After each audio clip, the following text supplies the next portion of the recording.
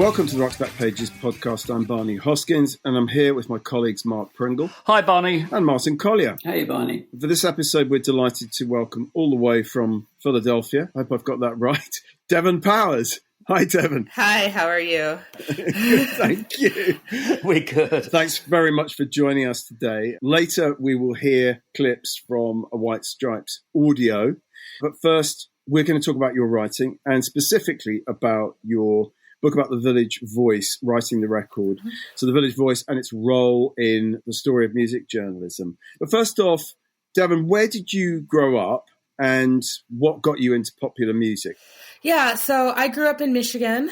I got into music. My mom was really into music. So she was, my parents were kind of like children. Well, I guess they were like in their 20s and the 70s. So very into disco, very into kind of like when funk was becoming sort of pop music. So my mom loved Prince. And I just grew up in a household that was like full of music. And once I got older, I started to realize that love of music that I had could be something that I could, write about, because I also liked writing. So yeah, that's kind of how it went. Okay. What were the first music writers that you remember reading? And what was the first impulse you had to write something about popular music? It's funny. I started writing about music in what is now retrospectively an era, but I did not know it was an era when I started. How could you not know? Yeah, because we live in history, and I was, which is something I'm always having to remind my students of, right? Because they just think they live in time. But yeah, so I read Rolling Stone, I read Spin, I read that kind of stuff coming up. I don't think, though, that I really had an understanding that like music writers were people that you followed, right? I was like, musicians are people that you follow. And so, I was very into grunge and the Smiths and kind of all of that stuff that was percolating around in the 90s. And then when I got to, I graduated from college and I moved to New York City in 1999. And my first job in New York City was working for a teen magazine, which currently doesn't exist anymore, but was called Teen People magazine. So I was writing it was a teen version of People. It was a teen version of People. Again, now that I know, in retrospect, it was all of the magazines started creating teen versions for millennials, right? Because there were so many young people. But at the time, I'm just in my early 20s and I'm like, here's a teen magazine. I got this job. And it was... It was a little bit soul crushing, did not really add up to my indie sensibilities. It sort of challenged me as a person, and I felt a lot of existential crises working there. So I decided, the thing to do was like, I loved music. I should try writing about music. So I reached out to Sarah Zupko, who was then and is still the editor at PopMatters. At that time, you just shot her an email and was like, hey, I want to write for you. And she was like, okay, right? And it was interesting because magazines had non-competition clauses at the time, meaning you couldn't write for competitors or even kind of somewhat related publications. But writing on the internet, nobody knew what that was. The labels didn't know, the magazines didn't know, nobody knew at all, including those of us who were writing on the internet. We didn't know what it was. And so I was like, I went to my boss and I was like, can I write on the internet? And she was like, yeah, sure. What's that? Like, go ahead, do it. Knock yourself out. So I was like, okay, I'll write on the internet. I know that you asked me the question about music writers, but it wasn't until I actually started writing about music that I started to connect to people like Eric Weisbard and Ann Powers and kind of that generation of folks. In fact, Ann Powers wrote me an email when I was, probably like 22. And she was like, we have the same last name. And I was like, oh, wow. Okay. But, her hair's a lot redder than yours. So. It is. There's no familial resemblance, unfortunately. But you must have been two generations below then? I'm probably about 15 years younger than them. Yeah. So interestingly, and what about your peers? Or didn't you even think that there was particularly a peer group writing about what you were writing about? There was, folks like Stereo Gum was getting started up at the time. So again, some of those people are around my age, some are a little bit older. So like Chris Weingarten is somebody who I knew. Candia Crazy Horse was writing for PopMatters at that time. I actually edited her. There were folks like Mark Richardson at Pitchfork, right? Pitchfork and PopMatters kind of started at the same time. So there was a little bit of a community, but this was all on the internet, It was all like Mark Anthony Neal, for example, wrote for PopMatters. In fact, I think I edited him, which is crazy to me because I'm like, who am I to edit him? But it was so fluid. It was so open. It was so easy if you were just a person who liked music. And so I had a stable of writers from all over the place, and I never met any of them, and it's only now that I kind of see people's names and I'm like, oh, hey, right. And then some of them have ascended the ranks and some of them have, stopped writing altogether. But yeah, that's why I say it was kind of an era. It was a very open time. And it was such a time that like somebody like Ann Powers, who was, again, way more advanced in her career than I was, somebody who I saw on VH1, right? She could write to me and be like, hey, and we developed an email correspondence.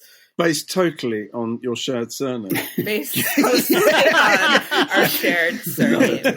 Yes. So we've got about, almost 100 pieces by you on RBP, and most of them are PopMatters reviews. Well, what was interesting to me going back to them is that the earliest two, Devon, are about, one is about Colour Me Bad, and one is about Lil' Kim. But then after that, you seem to carve out a niche, or you seem to carve out a niche, as something of an Anglophile from my perspective. So there's all these pieces about, Radiohead, Elastica, Muse, Clinic, Starsailor, and even Ocean Colour Scene. Plus PJ. Sorry, Ocean Colour Scene. Did I write something about Sleeper? Because I have a friend who's always making fun of me for liking Sleeper. If you did, I'm not sure. You wrote a lot about badly drawn boy and stuff. Yeah, I did. And the piece we're going to add of yours on the homepage is a review of PJ Harvey live at the Hammerstein Ballroom a week before 9/11, of course. That's interesting to go back to because, of course, it reminds me of when she received the Mercury Award in Washington, D.C., literally with the kind of Pentagon smoking out of the window of her hotel room. I mean, you remember that very weird moment? But that's lots of really great pieces. I mean, would you have classified yourself as an Anglophile in that era? That era, 1,000%, yes. And it's interesting because Sarah Zupko and her, she was also an Anglophile, which I'm not sure if people know, but there was a lot of coverage of British music on Britpop. She even wanted us to use British spellings, which and British punctuation, which I had totally forgotten until you said that. That is going too far. It was really, in fact, probably not all the pieces, but I think it's that she allowed British or American spellings. That may be what it was, but it was, yeah. So I was so into that scene, really into sort of like post Britpop, which included everything from like Stereophonics, Coldplay before they became, U2 wannabes. And they're really early pieces. Yeah, and Badly Drawn Boy and Keen and Elbow and Embrace and Elastica and all of these bands. Yeah. Did you go to United Kingdom? Did you come to the UK? I did. Yeah.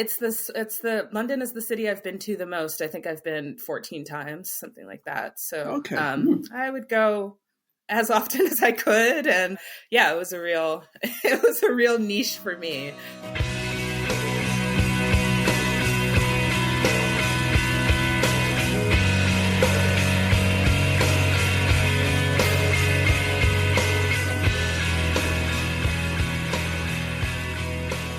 One of the pieces that caught my eye because they have a new album out this week was your piece about the Red Hot Chili Peppers from 2003, but it's about their breakthrough 1991 album, Blood, Sugar, Sex, Magic. And I'm just going to read one of the paragraphs from that because I loved it so much. Blood, Sugar, Sex, Magic is the most important album I own. In one funked out, fucked up, diabolical swoop, Blood, Sugar, Sex, Magic reconfigured my relationship to music, to myself, to my culture and identity, to my race and class. Were it not for this album, I may not have attended the college I eventually chose, may not have ended up on my career path, may not have developed into a rock critic at all. This is hyperbole, yes, this is also the truth. How do those words sound to you nearly 20 years later, Devon? Oh, they sound so adorable. Yeah, it's so funny. If I may digress just a little bit. You may. One of the ways that I kept myself sane during the pandemic is I was part of an album club, an online album club. So we met together once a week. It was a bunch of, former music critics and music scholars and just nerds. And we met, and every week we had a theme, and we talked for 2 hours about, some topic. So it could be like, the album or the song that reminds you the most of your dad. Like it could be anything.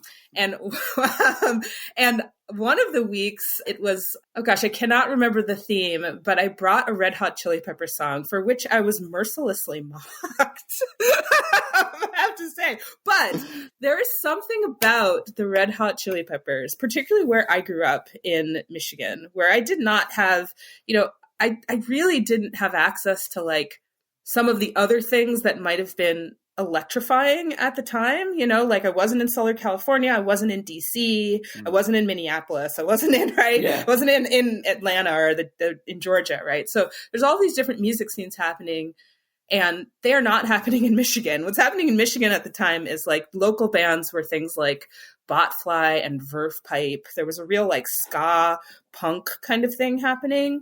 And I was also like, even though I liked music, I didn't really go to shows. So I listened to college radio. I take it you entirely rejected the one thing which was absolutely coming out of Michigan at the time, which is techno. Yeah, I did not. That did not register to me at all. Right? Not at all. And also, I mean, yeah, I should say a little bit, but not really. There was an industrial techno show on 88.9, the Impact, the radio station I listened to. But yeah, it was not my scene. Techno had a much bigger, and house had a much bigger impact in England than it did in America, I think. That's one of the... anyway, sorry, carry on. Yeah, perhaps if I had been in Chicago, but like, and I wasn't actually in Detroit either, right? I'm in this little tiny suburb, like not small. I'm in the capital, but it's a kind of a small town. So anyway, like Red Hot Chili Peppers sounded like the best version of that kind of music. And also like, I mentioned in that paragraph, like racial identity, because like I had grown up, that album came out when I was I should say I got into it when I was in 9th grade. I was in 9th grade in 91 and 92. And before that, I had only listened to R&B and rap and hip hop, like, Salt and Pepper, like that kind of stuff. Color Me Bad, right? That's what I was listening to. And then it was actually Red Hot Chili Peppers and Black Crowes, believe it or not, like two bands that some people have some really disparaging things to say about. But both of those bands to me were like, oh, white people make rock music and it's related to the music that I know. Like that was what set it off for me. Okay. And maybe it's, it could have been lots of things for other people, right? It could have been the Rolling Stones or like, but for me, it was those two albums, right? Because they came out right in 1990, 1981. And I was like, oh, I can be a Black person and I can listen to this music. And then I just went, boop, and like, and off I was. Yeah. You must have talked to Candy, a crazy horse, about this. We had her on the podcast a couple of years ago. You said you never met any of the PopMatters contributors. Did you ever meet Candy? You must have done. We have met briefly. We've met at the Experience Music Project, and I think we met once or twice in New York. She's not somebody that I know well, but yeah, and I know her name is escaping me, the woman who wrote the heavy metal book, Linda Doss, I think is her last name. I might be getting that wrong, but yeah, she is somebody who I've talked to about these issues as well. Yeah. I mean, I think Candia definitely is a Black Crowes fan. I'm not sure whether she's a Chili Peppers fan. But I mean, given that the Chili Peppers are still going after all these years with this ever-changing, lineup of, guitarists who come back in 5 years later, then either die or OD and then rejoin again, despite dying. Anyway, John Frusciante is back in the band. What do the Chili Peppers mean to you in 2022? They're not a band that I have kept up with. Right. They released One Hot Minute in 96. That was kind of the last album of theirs that I paid attention to.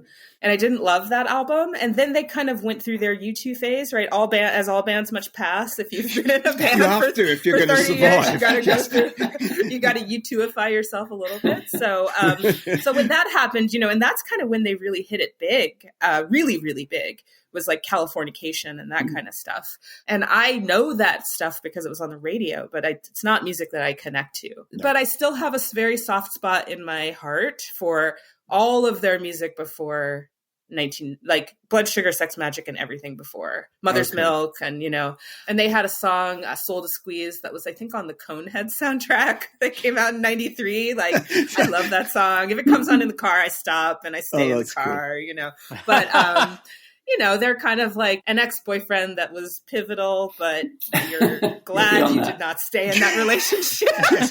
Yeah, I'm not going to ask you which of the Red Hot Chili Peppers you'd have gone out with. Probably better I don't answer Maybe that. none of them. Maybe none of them. I got a bad disease. Off from my brain is where I bleed. Insanity, it seems, it's got me by my soul to squeeze. But just to say, they are the featured acts on the homepage this week, and we have an audio interview from 1985 that Simon Witter did with Flea and the late Hillel Slovak, which is really interesting. And we've also got a Robert Sandel piece.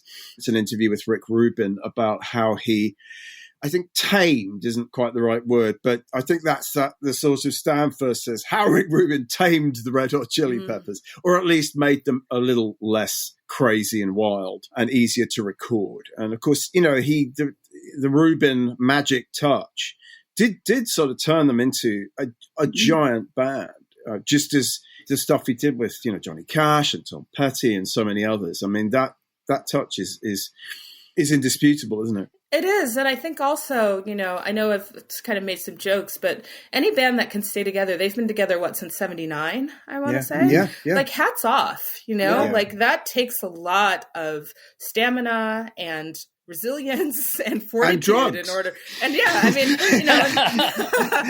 know there was that, but drugs. Yeah, but seriously, they lost members of their bands and they went through addiction issues and all kinds of stuff. So, that's no joke. Like to be able to sustain a career like that. You're absolutely right, especially in an era when bands just don't mean what they used to mean. Mm-hmm. I want to just jump forward a year from there, 2004. You wrote a piece called "Is Music Journalism Dead?" You popped that awkward question, and I'm just going to read the first paragraph of that.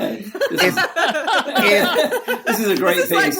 This is like when mom takes out the family photos and shows you. Yes, it is, Devon. Yes, it is. Okay, That's great. exactly what it's like. If ever there was a time when writing about music felt utterly pointless, that time is now. I sit at home nitpicking bands, trying to pinpoint the derivations of a sample or riff from the pantheon of music history, and the world burns. Natural resources careen toward depletion. Torture increasingly surfaces as an instrument of policy. Short-sighted tyrants, spineless power mongers, and heartless thugs vie egomaniacally, dangerously for power. I turn up my MP3 player, that was the era, and tune out the world. At a time when I should be taking to the street, I am listening to the street. So how do you feel today? Well, yeah, I suppose the answer is you got out of that racket. Yeah, you got out of that racket. I did. I wondered what I wondered is if you wrote that before or after you started thinking about the book that became, or the dissertation that became the book about the Village Voice. Is music journalism dead? Yeah, so if that was 2004, so I started graduate school in 2002. And I was sort of doing music criticism and being a graduate student at the same time. And then, as with many things, I realized, I can combine these two interests and make them one thing. So I started doing research on music criticism, which eventually turned into the book, Writing the Record. So I had a column at PopMatters on music journalism, and I would sort of use it to kind of tease out and test my ideas that eventually some of them ended up in the book and some of them ended up in other academic writing that I did. So I was kind of thinking about that at the same time. And I was thinking about what's the function of this form of writing. And that's happening, 2004 is right at the point where internet writing is starting to be monetized. Before that, there wasn't really money to be made. And then they're starting to try to monetize it. And it's also dropping the bottom out of journalism because like internet writing, you can get paid a lot less. And so writers who are getting $1, $1.50, $4 a word are now writing online for $50 a piece that they would have gotten $2,000 for not that long ago. So that's kind of what's shaping my thinking as I'm writing about that stuff. Was there a moment where you started to really get interested in these figures from a much earlier era, like Alan Willis and Richard Goldstein? When did that happen for you? I wrote a paper in 2003 for a class that ended up being the first chapter of the book. And it was a historical paper about the Village Voice, not really about music criticism, just about the Village Voice. And I showed it to one of my professors who I shall not name. He's sort of prominent now. And he was like, oh, wow, this is a great idea. This is a great book. If you don't write this book, I'm going to. And I was like, uh-oh. Right. So I was like, I guess this is my book. This is my dissertation.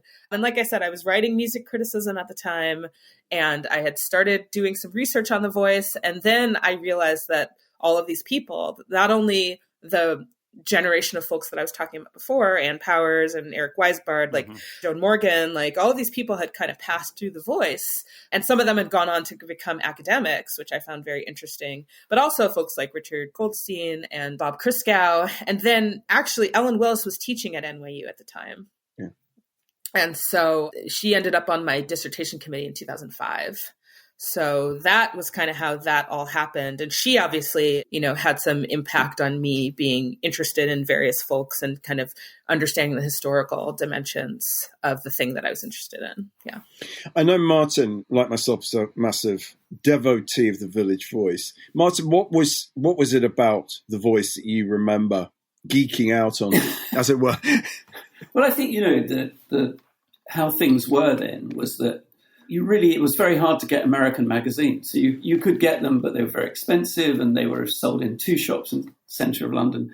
I don't know where I first saw the Village Voice, but it really struck me as a different kind of paper from everything that was certainly different from the rock press. And I realised it wasn't.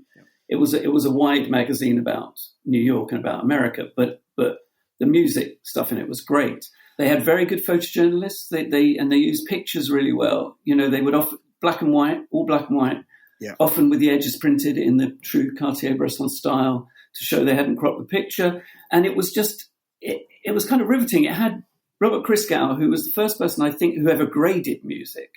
Mm-hmm. So if you got an A+ from Robert Christgau, you got a D-. Professor Christgau.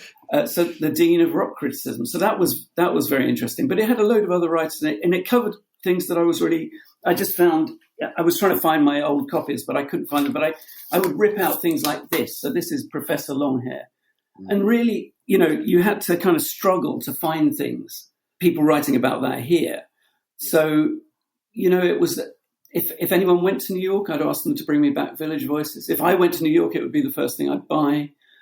Friends would send them to me when they knew that, that I really liked it, and there were certain people I was interested in. So it just became a thing where somewhere in my loft, I have a box of Village Voices. I couldn't find it today, but yeah, it was really hugely important. Well, I completely concur. I would put it exactly the same way.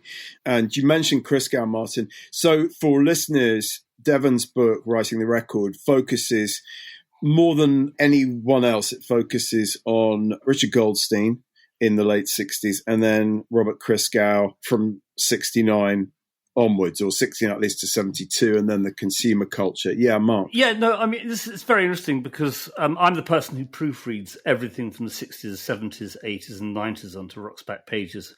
And the pleasure of getting Richard Goldstein on the site was just fantastic, partly because he's just such a gorgeous writer. Just as a stylist, I think he's a fabulous writer. There is this sort of this notion, which to some extent your book subscribes to, is that rock criticism was something which evolved 65, 66, 67. It was a process around that time. And I suppose my question to you is kind of what triggered that? Because I can't help seeing that, I believe, was it Rubber Soul was the first, was December 65, Sgt. Pepper was mid-67, or spring of 67. So it was about 18 months and of course the Beach Boys, Pet Sounds. In some ways, did the emergence of the long-form album as a piece of work in and of itself, was that the thing which really generated the need to write lengthily about pop music? I mean, I think you would see in Richard Goldstein's writing a change when Sgt. Pepper's came out, that he has this review that is just effusive, and it really kind of just, like I said, that style that you're talking about, I feel like it doesn't really emerge until after Sgt. Pepper's comes out in his writing. No, I suppose my argument is that the need to write at length about rock music, other than interviews and so on and so forth, just criticism, was actually a byproduct of the product itself changing, I guess, is what I'm saying. It is the 45 RPM single was absolute king. Obviously, Bob Dylan comes up, but Bob Dylan is dealt with by the folk critics who already had significant space in, like Robert Shelton and the New York Times and so on and so forth. But I suppose my argument is that, in a way, I feel that actually it was that people had to find a way of writing about these pieces of work which are just more substantial than a 45 RPM single. I guess is what I'm saying. I don't know. Yeah, I think that. Well, I mean, if the music had not developed past Alley Oop, then there would probably be no rock criticism. There would have been no Crawdaddy. There would have been no Crawdaddy. Yeah. I mean, Crawdaddy very definitely, in a different way from the Village Voice, springs off that notion that, rock and roll is becoming rock. I think maybe Richard Goldstein might have been the first, writer/critic to reduce rock and roll to the term rock, to use the term rock, signifying something culturally, I suppose, more profound, perhaps, weighty. More artistic, weighty. I suppose my slight beef with this is that actually there was fantastic writing about rock way before all of this.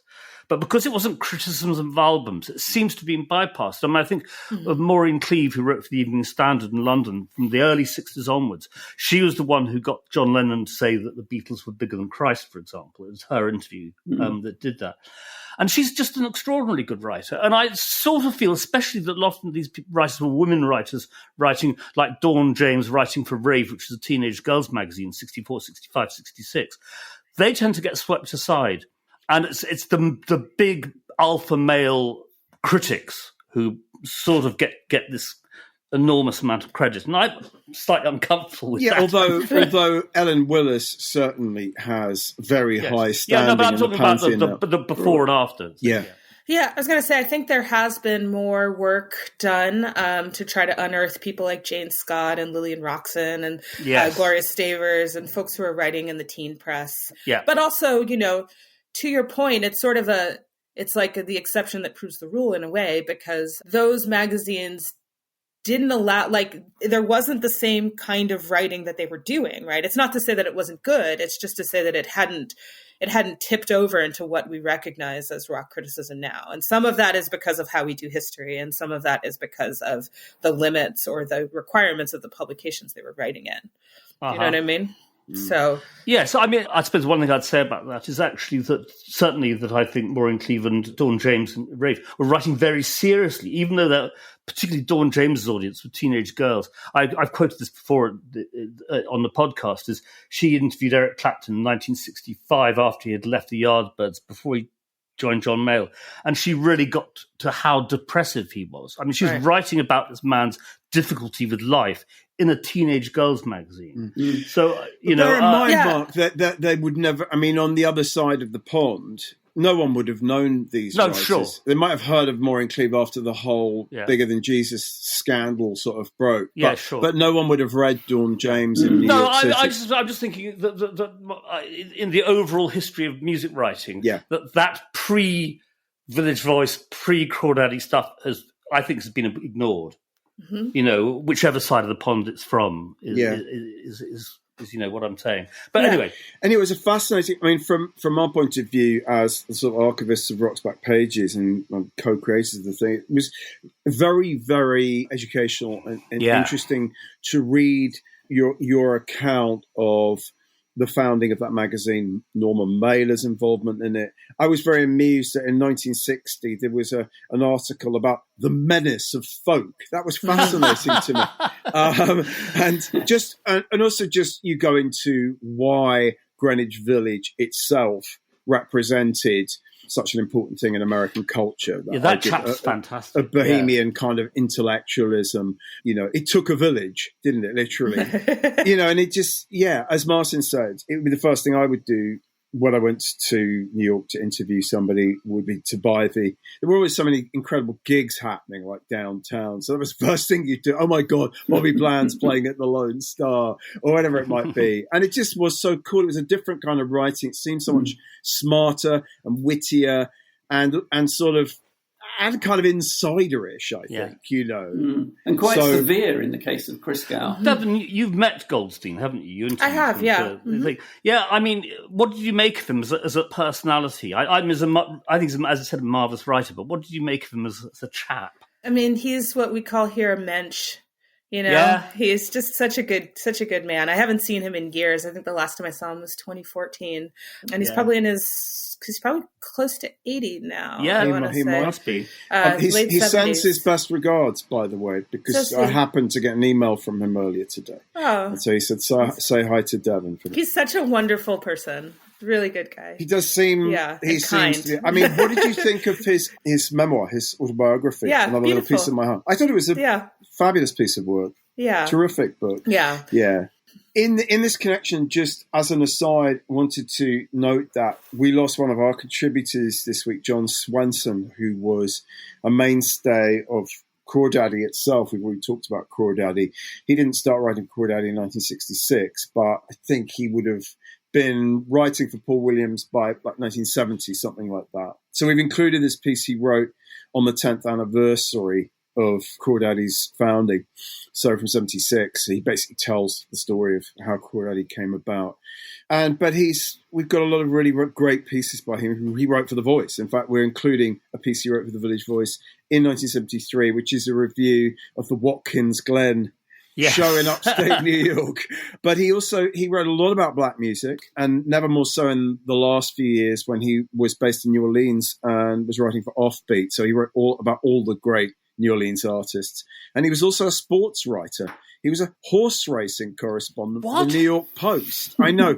I had forgotten this, and I checked his RBP bio, and he was a sort of serious sports writer.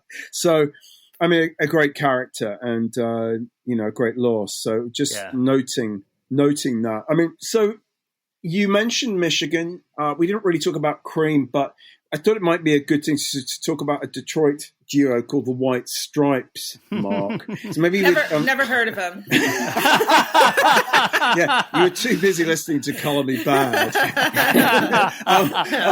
Do you want to tell us about the audio, Mark? Yeah, it's Ira Robbins. Backstage at some New York gig in 1st of June 2001.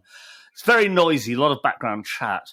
And it's mostly about sort of them playing live and, the things that have happened to him, like his shoes falling off on stage and things like that. The outro, he talks about Ray Davies coming to a show they'd played a couple of weeks before in New Orleans and how it completely freaked them out. Dislike of the rock press, usual sort of stuff you get from rock musicians when they've been interviewed by the rock press.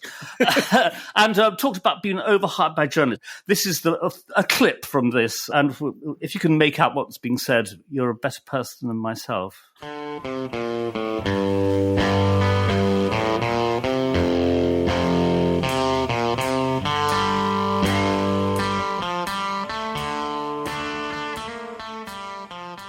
How does it feel from the inside, sort of having people write stuff about you that maybe it doesn't seem like it all true to you, or maybe seems like, we're really doing good now, Would you believe that stuff? I don't know, because, a lot of, opinion about all that is like, if the Velvet Underground, started playing shows, and it just started today.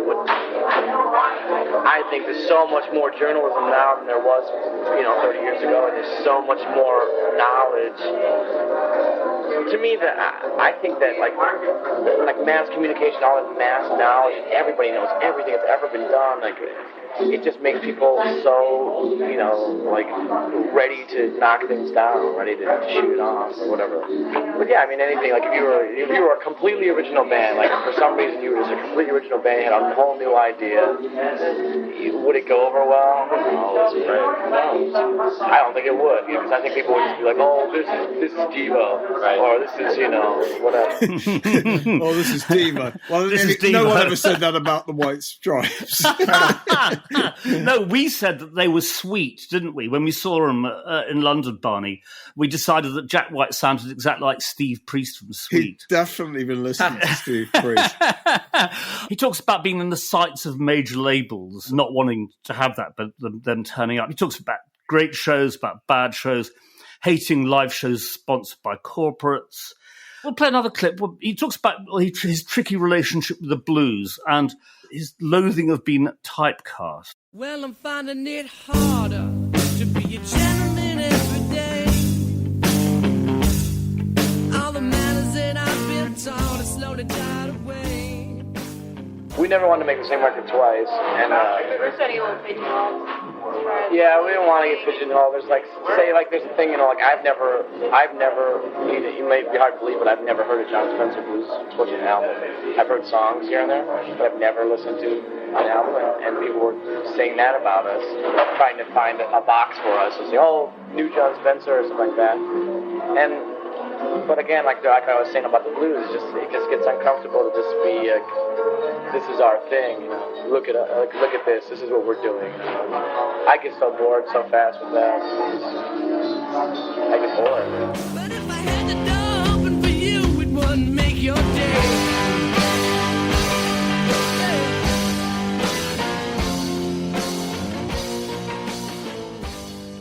Yeah, sure, not influenced by John Spencer at all, Jack. No, we're going to believe that. I mean, all those bands basically rip off of Hound Dog Taylor and the House Rockers, so let's kind of get a bit of perspective going here. You just hear Meg at the beginning of that second clip there, but she's obviously sitting... I mean, Jack is a very dominant personality, and it sounds like Meg is sitting too far away from the mic. It's a shame, because it would have been really nice to hear her voice. Anyway, they are both sitting there being interviewed by Ira. Sorry, back to you, Devon. Well, I was going to say these clips are making me remember a couple of things. One, when the White Stripes came out, they were totally a gimmick. They seemed like a gimmick. From my station in like the New York indie rock scene, they seemed like a gimmick. And were they brother and sister? Were they married, right? They were always wearing white and red, you know? So I think a lot of people sort of recoiled from them because of that gimmicky part. Yeah. Despite the fact that I think Jack White is a fantastically talented musician, you know, and in retrospect, that music sounds different than it sounded at the time. But the other thing I was going to say is that I think he makes some really good points, because the way that it reminds me of when Billie Eilish, like, didn't know who David Bowie was or something like that, right?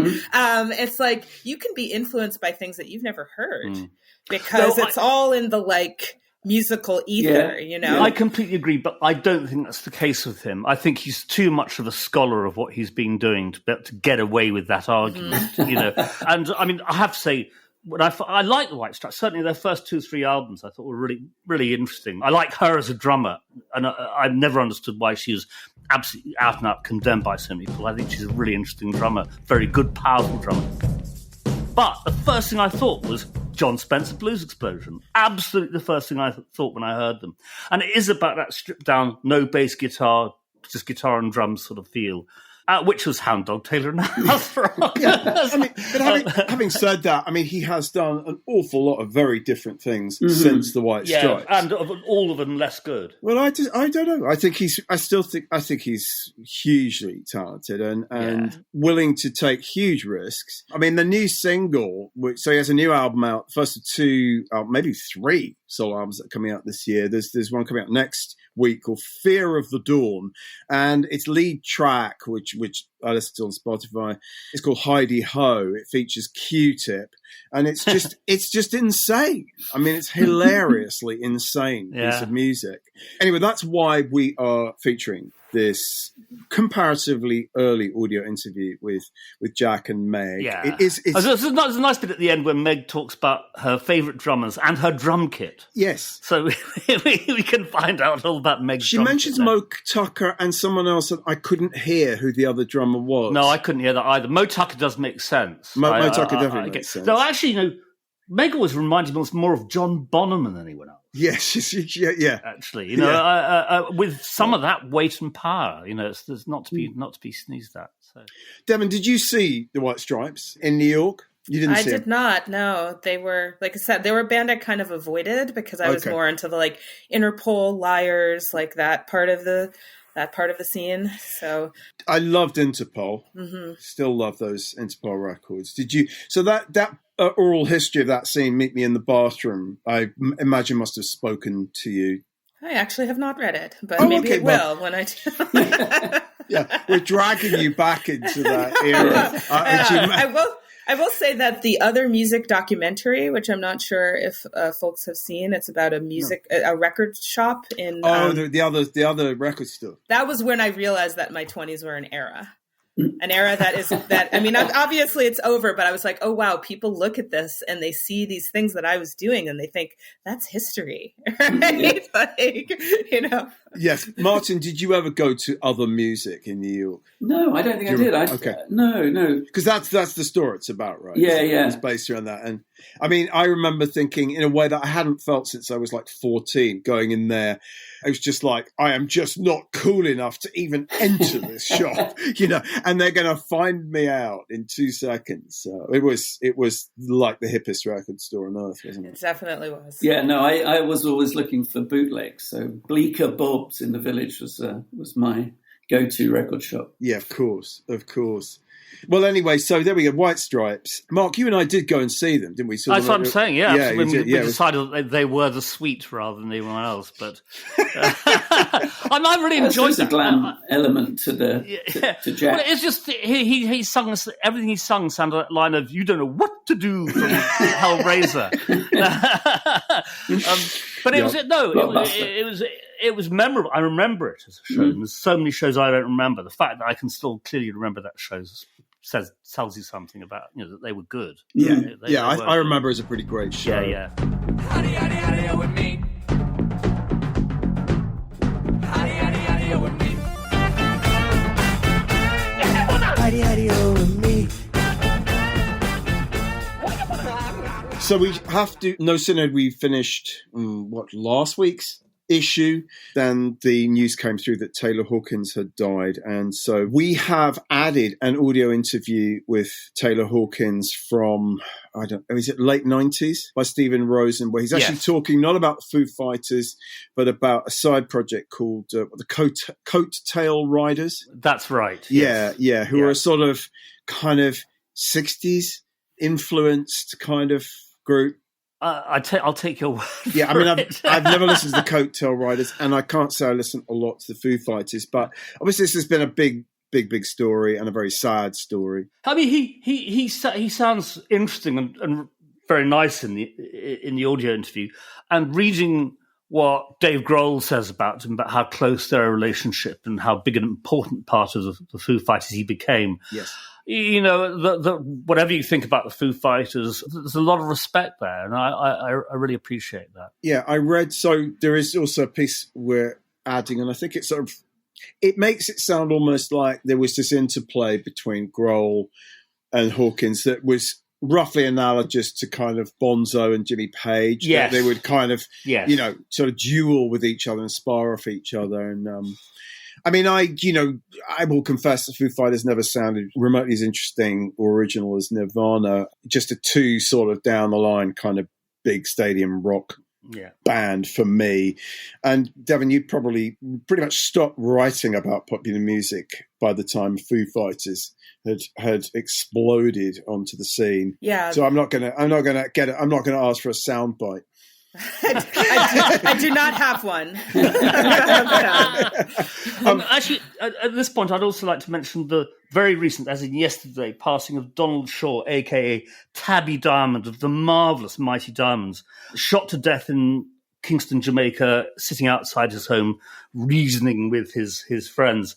Their album and the single Right Time was certainly for me one of the great albums of sort of 76, 77, at a time when roots reggae was the soundtrack much more than punk rock. Punk rock hadn't been recorded as such. So what we collectively were listening to, a lot of what we were collectively listening to, was roots reggae. And that's absolutely roots reggae at its best. Sly and Robbie on the rhythm section, these sweet, sweet voices, heavily influenced, as the Congos and the Wailers originally were, by people like the Impressions. Very strong, American R&B vocal group thing. And it's sensational stuff. So, get onto whichever streaming service of your choice and find the Right Time album by the Mighty Diamonds and listen to that and think about this guy who's just really tragically shot to death yesterday. Yeah.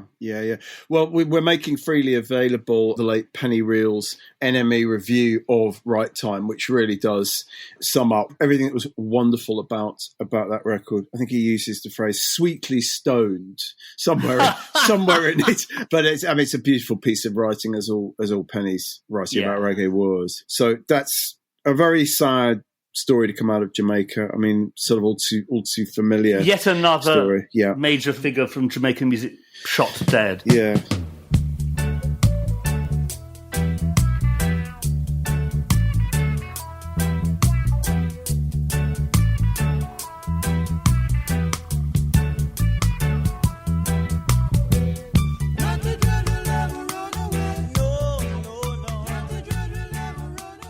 Devon, what took you into academia and your particular field of research? So when did you grow up and just leave music journalism behind you? What happened? I mean, there's a little bit of another part of the story, which is that I ended up leaving PopMatters, I want to say 2005. Mm-hmm. And a couple of us tried to start a new venture that we didn't end up getting off the ground. And then, it was just, life happens and things. I moved out of New York, et cetera. I got a academic job. That was in 2008. And that's kind of when, and it also is like, I think a lot about when the store Other Music closed, which was in 2016. And even though I wasn't living in New York City anymore, every time I would go back to New York, I would go and visit that store. So all of that kind of eclipsed, or like my relationship to popular music was changing as I was, becoming a professor and working towards tenure. And I will mention that there was a Simon Frith retired in 2014.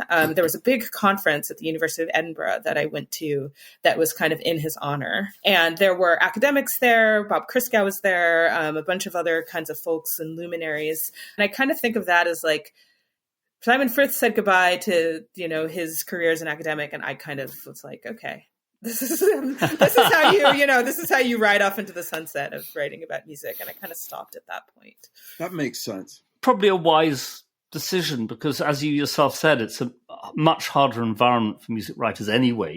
Even if you wanted to write about music, the environment out there is... Yeah, it's definitely hard to make money from, although those things are changing now, right? Like you can make content instead of writing is just another form of content. And there are music criticism influencers and YouTubers who have millions of subscribers doing video reviews and things. So the ecology of the whole thing has changed dramatically. Sure. Yeah. And I mean, in hand with the distribution methods and everything else, it's just the entire environment, both writing and the production and the promotion of music and everything to do with it's changed so much in the last 15 years. Yeah. I just wanted to mention, by an extraordinary coincidence, because you teach at Temple University in Philadelphia, and this very morning we got a request for a quote from Temple University to subscribe to Rock's Back Pages. Mm-hmm. Yeah, I mean, if they accept the quote, they've got to accept the quote. But they've trialed the resource, as they say. And so, you may be able to access Rock's Back Pages through the university's portal.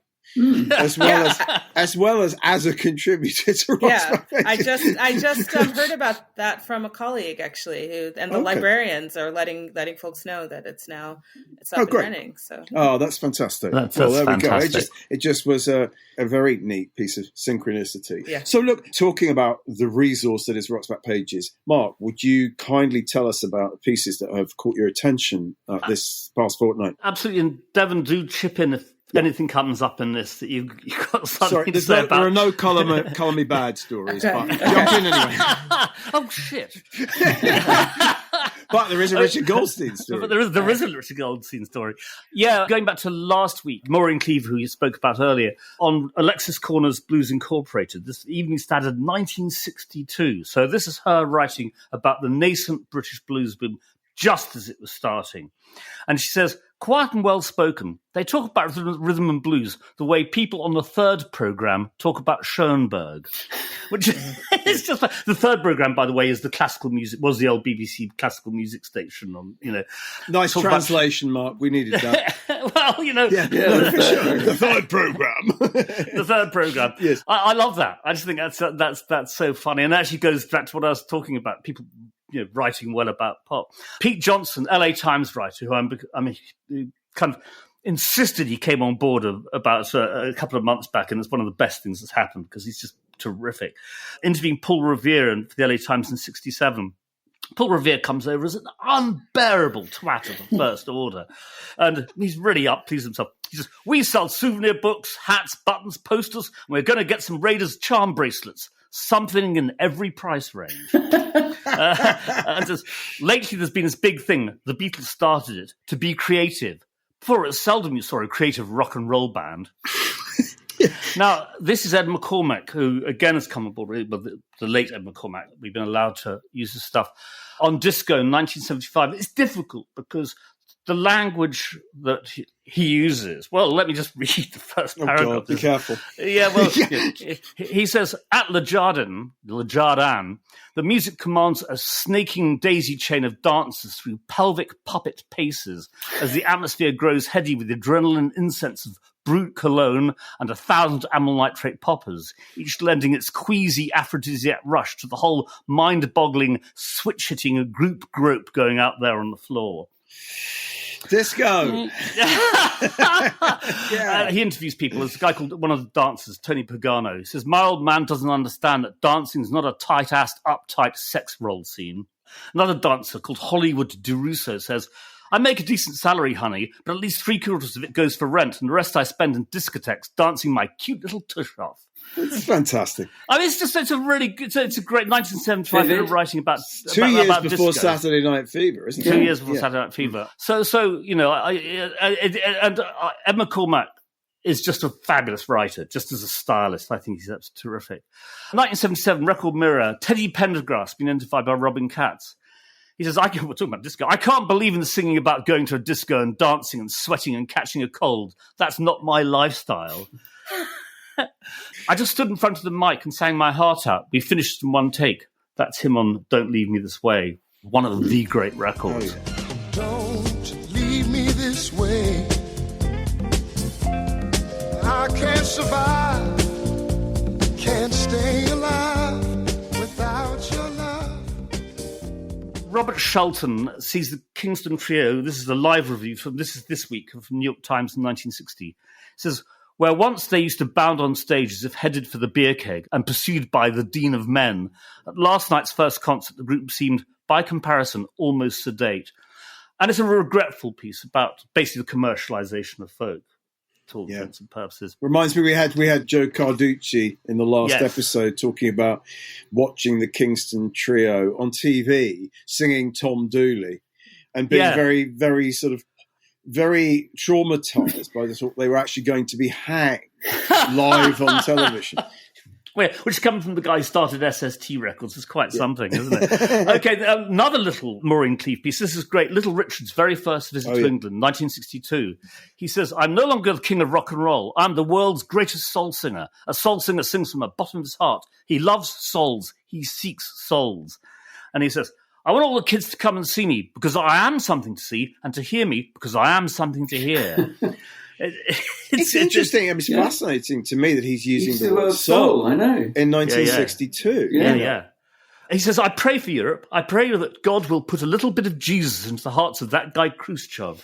Well, that's weirdly timely, isn't it? From Khrushchev to Putin, my God. Yeah.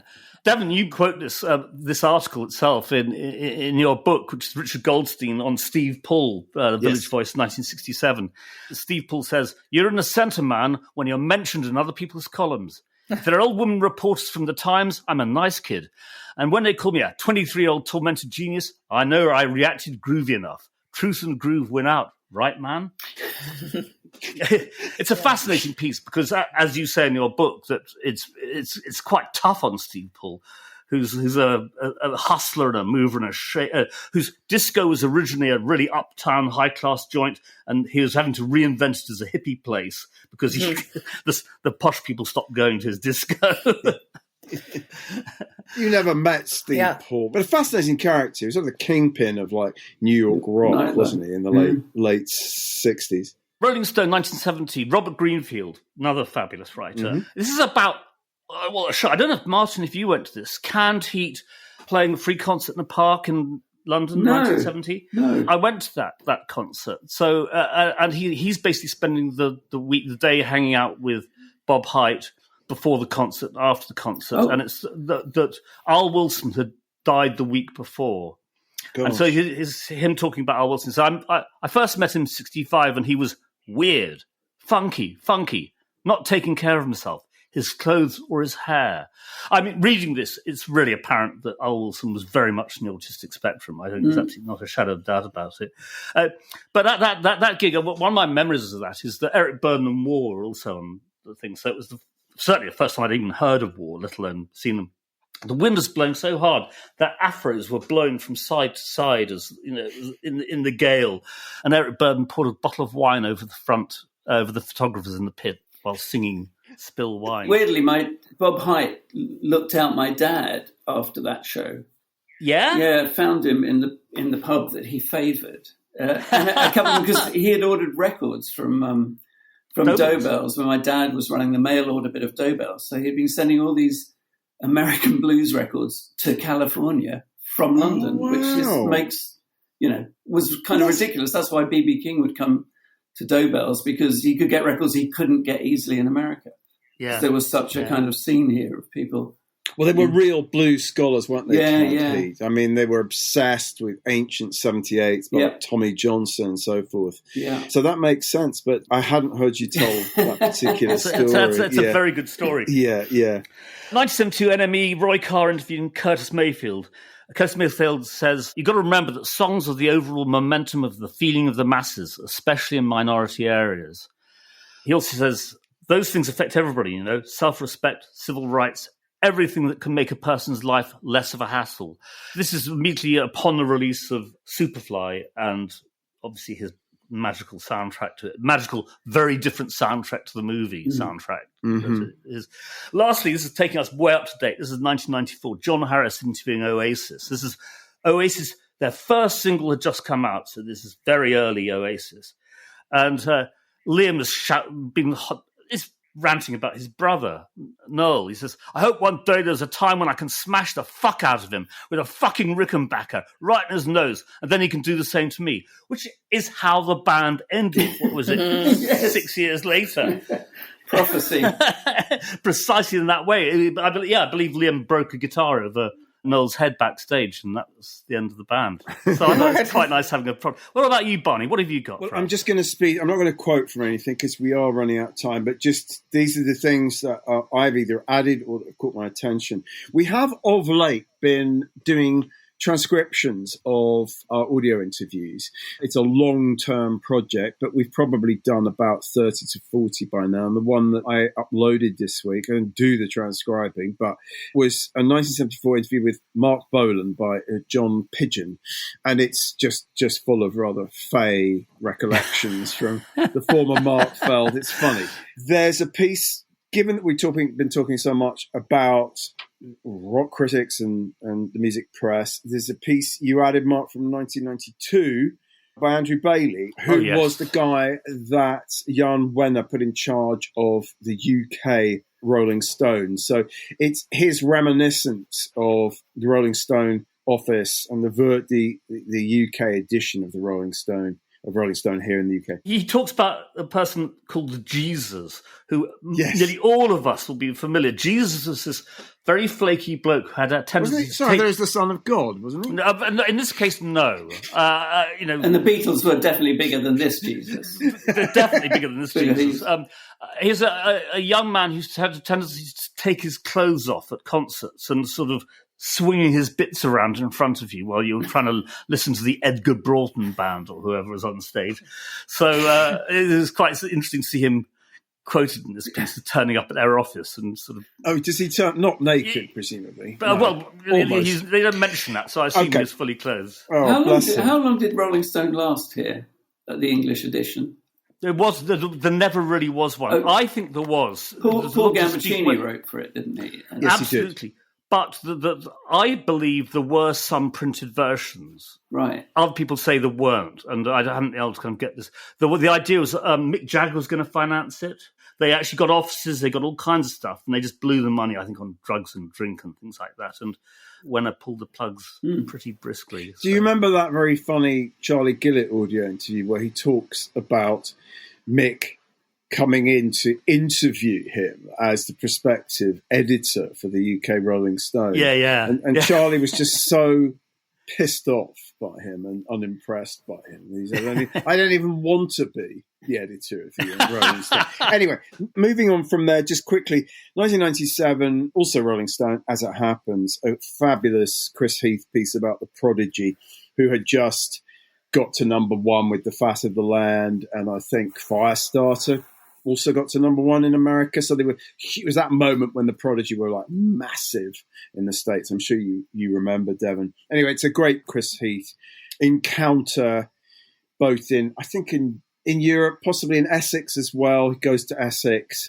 to meet Keith Flint and the main Prodigy dude, whose name Liam, another Liam from that era. There's a nice piece, it's actually sleeve notes by Kieran Tyler for a compilation of Tony Hatch productions, which amused me, if only because I really love Downtown by Petula Clark. When you're alone and life is making you lonely, you can always go downtown. There's a piece by Michael Simmons, who was recently on the Rock's Back Pages podcast. It's a really nice piece for HuffPo about Karen Dalton, who is becoming more of a cult figure with each passing year. Our next podcast guest is going to be Vashti Bunyan, if all goes according to plan. So I've added a Jamie Atkins review of the last album she made, I think the last album she ever planned to make, in 2014, Heart Leap. So we may ask her about that. She has a memoir coming out very soon, which I've read, which is really, really good. So I'm looking forward to talking to Vashti. Richard Williams' obituary for the extraordinary Jack Good. I mean, you read this and you think, what a remarkable life. Yeah. I mean, just from kind of, oh boy, to like painting icons in New Mexico, and all points in between. He kind of invented a version of pop TV, both here and in America. Shindig was his show. Yeah. Shindig in America, absolutely. Yeah. He put together, pretty much was responsible for the Shindogs. With Leon Russell and co. I mean, it's a remarkable. By the way, just mentioning Tony Hatch is that, of course, he wrote the Neighbours theme tune. And once I actually sat down with a calculator and worked out what his weekly royalties were from the showings of Neighbours alone on the BBC. It was monstrously big. Yeah. He was guessing that. He wasn't a one-off deal. Oh, absolutely. No, in those days, absolutely. Okay. And you got £70 a minute.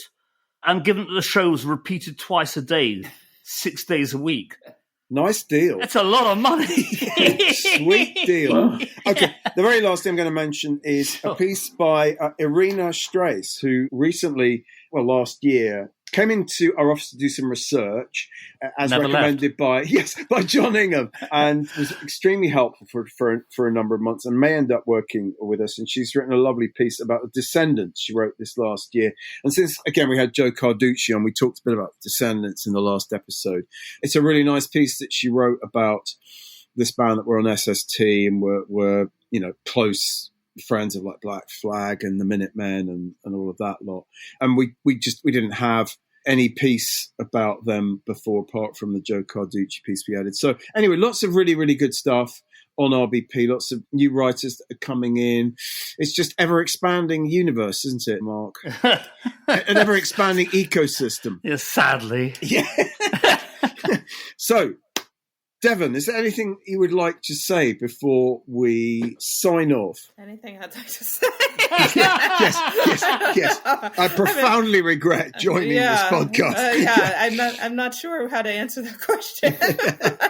No, just thank you for having me. It was. What are you currently engaged on? I mean, you had a book called On Trend about future forecasting. It came out 3 years ago. Are you working on a new book? I am not really working on a new book. I mean, I'm sort of in between projects and trying to figure out what the next thing is. But yeah, I moved from writing about music to writing about the future. So that's my terrain now. Writing about the future. I write about the future. It's an invaluable skill set. You can talk about the future. You could forecast the future of Rock's Back Pages. That would be quite helpful. There's a fee for that. So. Yeah, I think there probably is. We can work out a deal, I'm sure.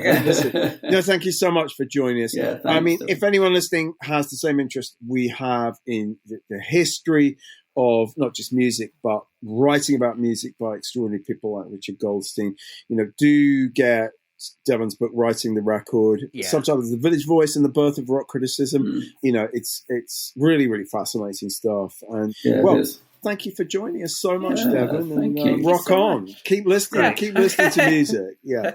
Thank you so much. All righty. And we're just going to talk us out with one.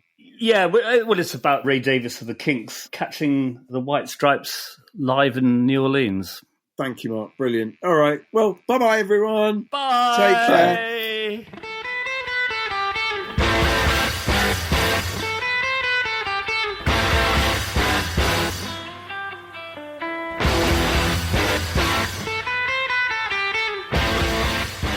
A couple weeks ago, we played out in New Orleans, and Ray Davies came to the show. And for the first, that kind of scared us. They didn't have nothing was mic'd at the club, and we thought, it's not gonna be that great. And then my tuner didn't work. I'm like, I'm gonna be out of tune all show. And so, hey, Ray Davies is here. Oh God, he's gonna see this show. So the first time ever on stage, after one song, I looked out and I caught where he was standing and could not stop looking over there. I don't know why. I've never done that before. Did you talk to him afterwards? No. Did you know he was coming? No. Oh, I think I smell a rat. Oh, I think I smell a rat. That was Jack and Meg White in conversation with Ira Robbins in 2001, concluding this week's Rock's Back Pages podcast. Many thanks to special guest Devon Powers. Visit her website at devonpowers.com and find Writing the Record in all good bookshops. The hosts are Barney Hoskins, Mark Pringle and Martin Collier, and the producer was Jasper Murison Bowie. The Rock's Back Pages podcast is part of the Pantheon Podcast Network. You can find thousands of articles, as well as hundreds of full-length audio interviews, at rocksbackpages.com.